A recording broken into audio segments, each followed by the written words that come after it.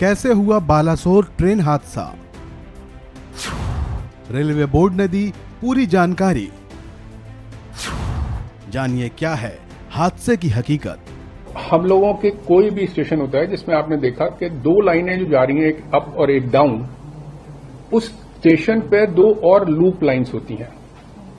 तो उस main line पे अगर सीधा ट्रेन को चलना है तो कोई इश्यू नहीं है, बट अगर लूप लाइन में हमें ट्रेन को ले जाना है तो एक पॉइंट होता है जो कि इसमें आपको दिखाया हुआ है नक्शे में, उसके ऊपर तो उस पॉइंट को हमें ऑपरेट करना होता है जिससे वो आगे पीछे ट्रेन सीधी जाएगी या लूप में जाएगी। दूसरी चीज हम लोगों को ये डिटेक्ट करना होता है कि वो आगे की जो ट्रैक है वो ऑक्युपाइड है या अनऑक्युपाइड है। तो दो चीजें हो गई बेसिकली, एक पॉइंट और एक ऑक्युपेंसी ऑफ ट्रैक।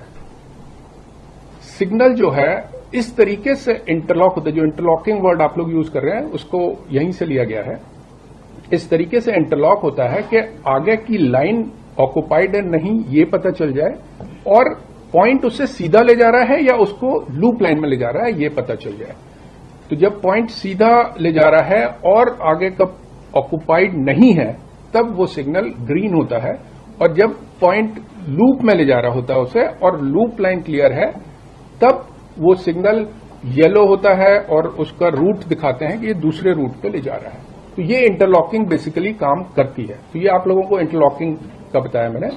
बेसिकली एक सेफ वे में ट्रेन को स्टेशन से हम लोग ले जाएं, उसके लिए ये पॉइंट और डिटेक्शन यूनिट को सिग्नल से हम इस तरीके से इंटरलॉक करते हैं कि वो मूवमेंट उसको क्लियर रहे, कोई आगे ना हो, और उसको किस तरफ जाना है, में सीधा जाना है या लूप में जाना है ये पता चल जाए। और ये इलेक्ट्रॉनिक क्यों कहलाती है? ये दो तरीके से हम लोगों की इलेक्ट्रॉनिक भी हो सकती है ये, और नॉन इलेक्ट्रॉनिक भी हो सकती है। इस पर्टिकुलर स्टेशन पे इलेक्ट्रॉनिक इंटरलॉकिंग थी। जब ये इंटरलॉकिंग हम किसी कंप्यूटर बेस्ड सिस्टम से हम लोग करते हैं, वो उसमें ये डिफाइन हो जाता है कि आगे का ट्रैक ऑक्युपाइड है या नहीं, वो हम इलेक्ट्रॉनिकली पता करते हैं और उसमें आपस में इंटरलॉकिंग करते थे, तब इलेक्ट्रॉनिक इंटरलॉकिंग कहलाती है। और कई जगह पे हम लोग रिलेज से ये इंटरलॉकिंग करते हैं, और कई जगह पे अभी भी कुछ स्टेशन पे, कहीं पे नहीं कहूंगा, अभी सिर्फ आउट ऑफ 7,000 स्टेशन कुछ 100 स्टेशन पे लीवर्स के थ्रू हम ये लोग इंटरलॉकिंग करते हैं। तो ये इंटरलॉकिंग है, और इस पर्टिकुलर स्टेशन पे इलेक्ट्रॉनिक इंटरलॉकिंग थी। मतलब कंप्यूटर बेस्ड है, कंप्यूटर बेस्ड है। और जो लोग इसके लिए रिस्पॉन्सिबल है, क्या उनको चिन्हित कर लिया गया है, उनको पहचान हो गई है? I answer that. मैं बताती हूँ आपको।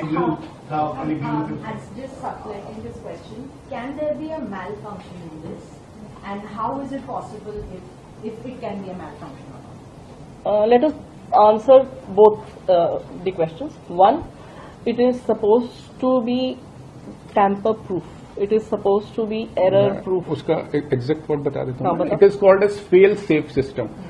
It will fail on a safer side.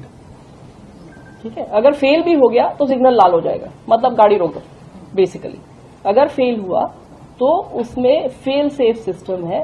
Failure computer समझता है, लॉजिक समझता है, और उसको डिटेक्ट करेगा अगर कि यहाँ पे कोई फेलियर है तो वो सारे सिग्नल लाल हो जाएंगे, फेल सेफ हो जाएगा और गाड़ियां बंद हो जाएंगी कि पहले आप रुक जाइए, लेट अस चेक क्या प्रॉब्लम है, तभी आप आगे जाइए।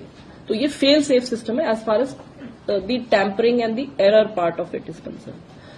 But however, as it is being suspected, there was some kind of a problem in the system.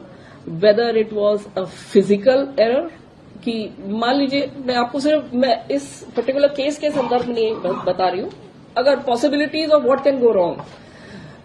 Supposing किसी व्यक्ति ने वहां पे आसपास कुछ खोद दिया बिना ये देखे कि वहां पे केबल जा रहे हैं कि नहीं जा रहे हैं, कुछ अगर काट दिया।